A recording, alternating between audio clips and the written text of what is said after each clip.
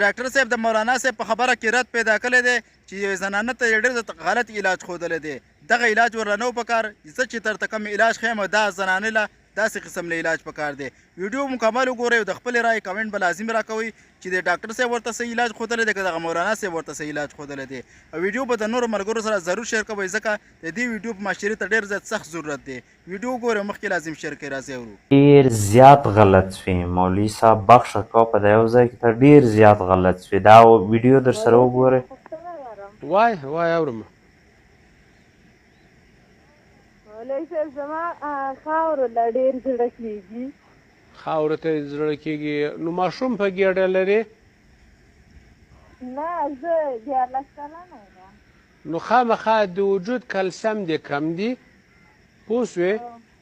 لږ کرت واخله کرت واخله جومات مولوي صاحب ته یې ولېږه هغه یې درته دموي. دا کرت به خوري نور د خاورو نه زړه تورېږي. ښه سمه ده. مولوي صاحب محترمه بخښه ډېره کوه. د کلشیم سره هېڅ تعلق نه ساتي.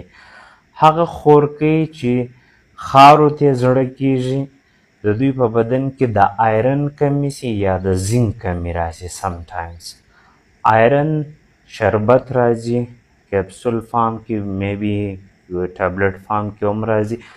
نو دا به تاسو هغه خورکۍ چې د خاورو ته ډېر زړه کېږي دوی باید چې آیرن او زینک دا دې د یوې میاشتې دپاره وخوري بیا به انشاءالله د دوی دا خاورو ته زړه نه کېږي.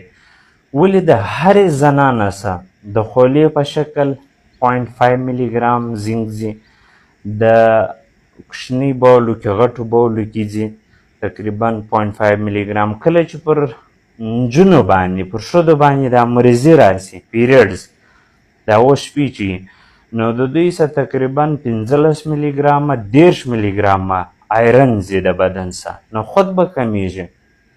او روزانه بنیاد باندې د هر نجلۍ څخه 1 to 2 ملي ګرام وځي د بدن څخه آیرن. نو دا چې کم شي نو بیا د دوی خاورو ته زړه کېږي.